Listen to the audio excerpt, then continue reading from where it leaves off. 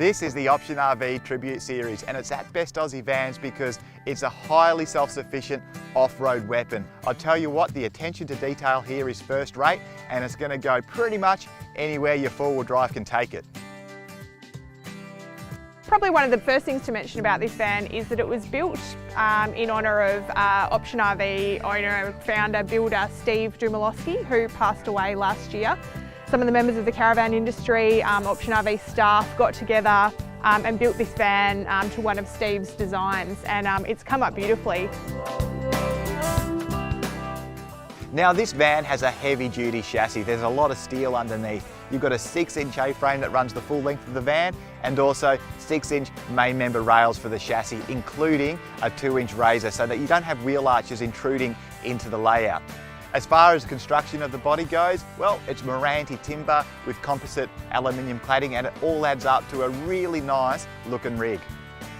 You've got the DO35 off-road coupling, the control rider, independent dual shock suspension, good mud terrain tyres, and there are some clever details here I quite like. For example, there are 2 spare wheels. One is fitted to the rear bar, fairly standard refitment, but the second spare is actually fitted to underneath the body at the front, so it's a better weight distribution sort of situation. And also too, for off-road, of course, you've got stones kicking up everywhere. You don't want them hitting, your electricals or plumbing, and in the Option RV, it's all carefully routed through cutouts in the cross beams, so it's well up high, out of the way. You've got 600 watts of solar on the roof charging 2 100 amp hour AGM batteries. You've also got 2 95 litre freshwater tanks, as well as a 65 litre filtered drinking water tanks. And if that's not enough, this van also gets a 95 litre grey water tank. Now, how's that for self-sufficiency? What about external features? Well, you've got your full electric awning, which I know from experience can make the world of difference. You've got the external TV box with the awesome Fusion sound system, and also this neat stainless steel kitchen. And it even comes with this really cool little slide out tray, bit of extra bench space or a spot for your Weber, and it even has a spot for your cutlery. I think it's a beautiful design, really well finished. The thing I do like is the electric awning, also the Fusion stereo with the external controller, so it operates 2 zones, internal, external, so the simplicity of that arrangement. Yeah, it's a really good van for external entertaining and outdoor living. It's got the external kitchen, external speakers, the radio, as you said, can be controlled from the outside as well, which is fantastic. Up the front of the van, yep, you've got your DO35 coupling, mesh stone guard, couple of 9 kilo gas cylinders, and even a neat light bar up the top. But what I really like is this storage box with the gull wing doors for easy access, and even the little slide out trays for your tools. Really good idea. Good amount of external storage options too, including this rear locker, but that'll even fit a 2 kVA generator.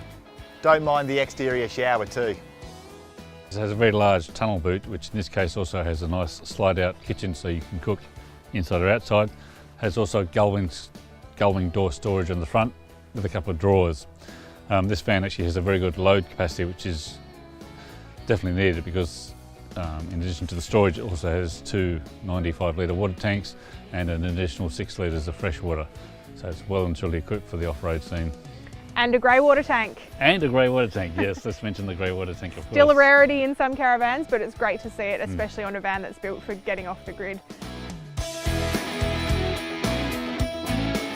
It's the attention to detail that really grabs me about this van. I love the layout. I love how the bedroom is nicely separated from the main living quarters. It's technologically sophisticated too. You've even got an iPod docking station. I also like the bulkhead with the LED strip lighting and lots of downlights too that creates a really nice soft ambience inside.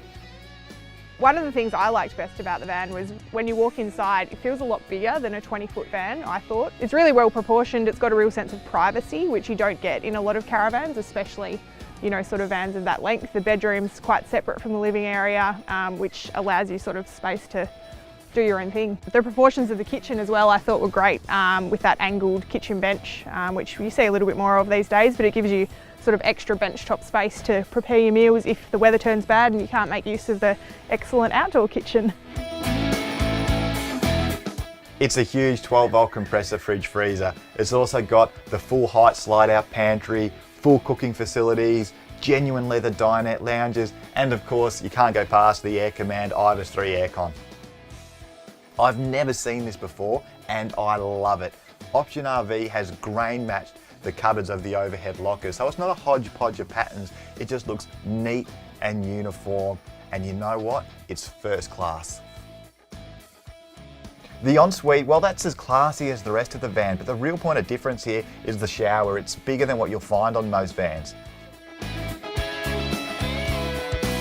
Yep, this is a substantial van. 180 kilos on the ball and a tear figure of 2980 kilos. But you know what? It's bloody well put together.